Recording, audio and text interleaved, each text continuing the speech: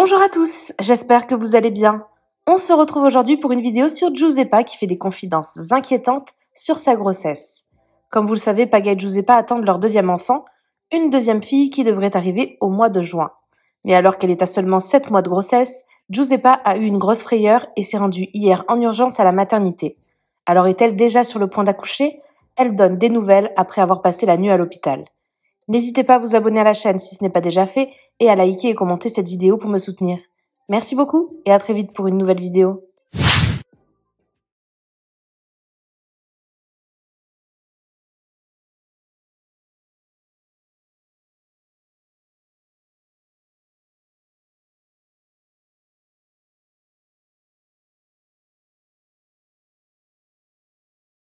Coucou les amis, j'espère que vous allez bien. Du coup, je vous donne des nouvelles parce que en fait, j'ai pas envie de vous inquiéter pour rien parce que je me suis doutée que vous allez vous inquiéter avec la photo d'hier. En fait, quand je suis arrivée à la maternité, du coup, j'ai expliqué que c'était ma deuxième grossesse et que je suis pas du tout stressée. En fait, c'est vrai que pour ma première grossesse, et je pense qu'on est toutes pareilles, on a tendance à venir à la maternité facilement. Je vais pas dire pour un oui ou pour un non, mais dès qu'on a un petit doute et tout, on vient direct. Et c'est vrai que cette deuxième grossesse, au contraire, j'ai l'impression que je suis un peu trop relax. Et du coup, je viens pas à la maternité dès que j'ai un doute. Je me dis c'est pas grave, vu que j'ai déjà connu ça, je me dis c'est rien. Voilà, bon, je vais vous expliquer. Du coup, je vous disais, hier, je suis donc arrivée à la maternité avec de très très grosses contractions. En plus, le trajet en voiture, je pense que ça aide pas. Donc quand je suis arrivée, j'étais vraiment en contraction à mourir. J'avais hyper mal et tout. Et quand la gynéco est venue me faire du coup l'écho du col, elle a constaté que j'avais perdu 13 mm de col. Donc en fait, mon col mesure 43 mm. Et là, l'écho, il mesurait 30 mm. Et entre deux, j'avais eu une écho il y a une semaine. Donc ça veut dire qu'en une semaine, on ne sait pas quand est-ce que ça s'est passé, mais j'ai perdu du col. Donc il a bien rétréci.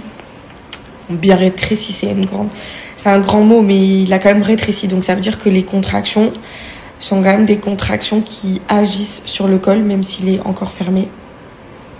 Donc il est encore fermé, il est quand même plus ou moins long, donc il n'y a pas d'inquiétude. C'est vrai qu'hier, en vue du monitoring, le médecin m'a conseillé de lever le pied, pas d'être en alitement strict, mais presque. C'est quoi ces ballons?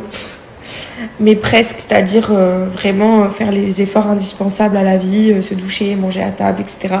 Et là, vu qu'on a vu que grâce à du repos, en fait la sage-femme ce matin, elle va voir avec le médecin, mais j'ai eu 0 contraction ce matin au monitoring, puisque je suis restée allongée depuis que je suis arrivée à la maternité hier.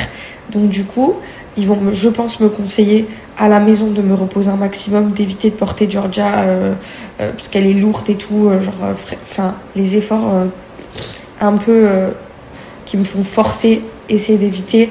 Après, je suis pas alitée, je dois pas arrêter de me déplacer, etc. Donc ça va. Évidemment, de moi-même, je vais lever le pied un maximum. Après, je pense que ce sont des professionnels et qui savent ce qu'ils font et que s'ils ne m'alitent pas, c'est que y a des raisons et qu'il n'y a pas besoin.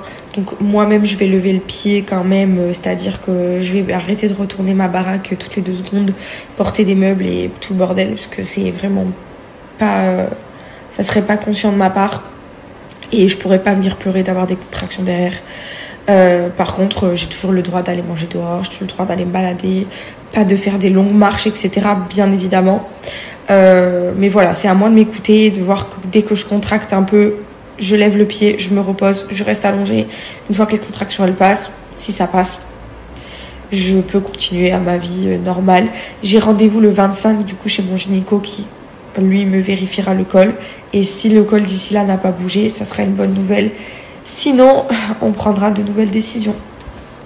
Du coup là,